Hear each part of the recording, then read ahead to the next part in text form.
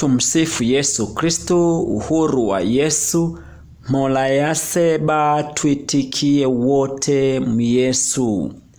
Roho Mtakatifu wa Yesu ananena na ulimwengu. Pinga ushoga na roho zote za kuzimu na kuziombea kwa jina la Yesu. Lakini pinga roboti aliyeingia duniani kwa kisingizio cha kukua kwa sayansi na teknolojia. Ni sanamu huyo, na laana ya sanamu tunaijua. Kwanza tuanze na sala ya ufalme wa Yesu inayotoka katika kitabu cha Mathayo sura ya 6 mstari wa 9 hadi wa 13. Baba yetu uliye mbinguni, jina lako litukuzwe. Ufalme wako uje. Mapenzi yako yatimizwe hapa duniani kama huko mbinguni. Utupe leo riziki yetu. Utusamehe deni zetu kama sisi nasi tuwasamehevyo wadeni wetu, na usitutie majaribuni, lakini utuokoe na yule mwovu. Kwa kuwa ufalme ni wako, na nguvu na utukufu hata milele. Amina. Kama kujiunga na chaneli hii ya ufalme wa Yesu ni leo, ni vyema sana kufuatilia vipindi vya nyuma na kipindi hiki mpaka mwisho kilichoko live. Utabarikiwa sana. Leo tutajifunza siri mbili za Yesu Kristo zinazotoka katika kitabu cha Wathesalonike wa kwanza sura ya 2. Tutaanza na siri ya kwanza, huduma ya Paulo kwa kanisa la Thesalonike. Wathesalonike wa kwanza sura ya 2 mstari wa 1 hadi wa 16 inasema, maana ninyi wenyewe ndugu mwakujua kuingia kwetu kwenu ya kwamba hakukuwa bure. Lakini tukiisha kuteswa kwanza na kutendwa jeuli kama mjuavyo, katika Filipi twalizubutu katika Mungu kuinena injili ya Mungu kwenu kwa kuishindania sana.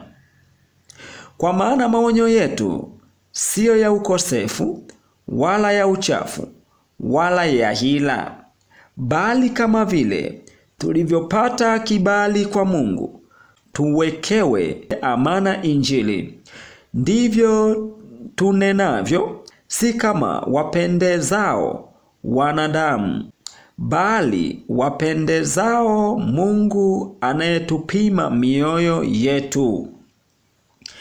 Maana hatukuwa na maneno ya kujipendekeza wakati wowote kama mjuavyo, wala maneno ya juujuu ya kuficha choyo.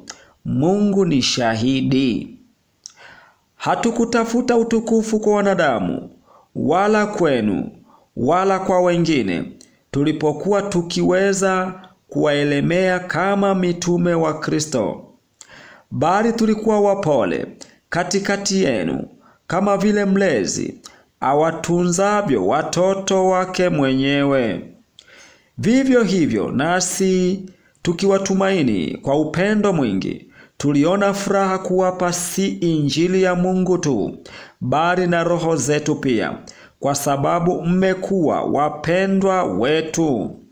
Maana ndugu, mnakumbuka tabu yetu na masumbufu yetu, kwa kuwa mchana na usiku tulifanya kazi tusije tukamlemea mtu wa kwenu awaye yote, tukawahubiri hivi injili ya Mungu.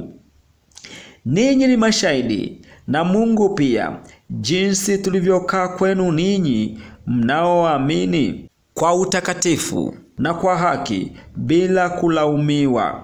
Vile vile kama mjuavyo, jinsi tulivyomwonya kila mmoja wenu kama baba awaonyavyo watoto wake mwenyewe, tukiwatia moyo na kuwashuhudia, ili mwenende kama ilivyo wajibu wenu kwa Mungu mwenyewe, kuwaita ninyi ili mwingie katika ufalme wake na utukufu wake.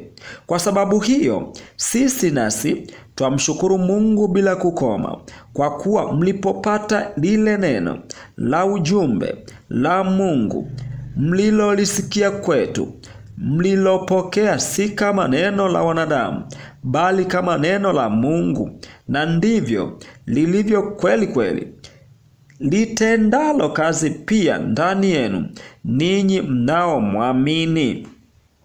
Maana ninyi ndugu, mlikuwa wafuasi wa makanisa ya Mungu yaliyo katika Uyahudi katika Kristo Yesu, kwa kuwa mlipata mateso yale yale kwa watu wa taifa lenu wenyewe walioyapata na hao kwa Wayahudi, ambao walimuua Bwana Yesu na hao manabii na kutuuzi sisi, wala hawampendezi Mungu, wala hawapatani na watu wote, huku wakituzuia tusiseme na mataifa wapate kuokolewa, ili watimize dhambi zao siku zote. Lakini hasira imewafikia hata mwisho. Nini fundisho hapa? Tunakumbushwa tumwamini Yesu Kristo na tuwe tayari kujenga ufalme wa Yesu Kristo duniani, kila mtu kwa kadri alivyopewa karama ya Mungu. Lakini hapa tunakumbushwa Mungu sio kiziwi, husikiliza sauti ya waja wake pale wanapopitia mateso, pale wanapomlilia. Lazima ajibu mapigo na huwa anajilipiza kisasi, kwa sababu hakubaliani ili ufalme wake ushuke.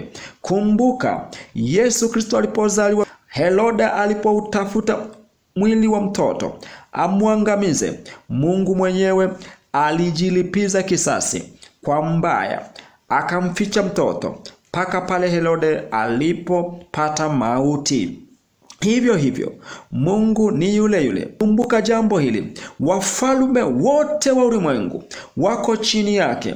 Wasipotii sauti yake, lazima wanyang'anya ufalme na kujilipiza kisasi. Mungu ni mwenye huruma, lakini huruma yake haivumilii kushusha ufalme wake. Siri ya pili, hamu ya Paulo ya kuwatembelea Wathesalonike tena.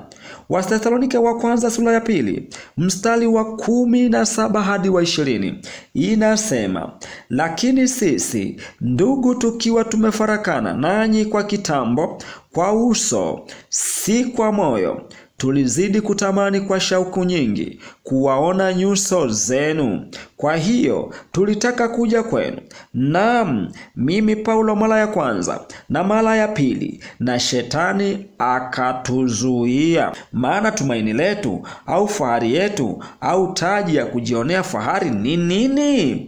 Je, si ninyi mbele za Bwana wetu Yesu wakati wa kuja kwake? Maana ninyi ndinyi utukufu wetu na furaha yetu.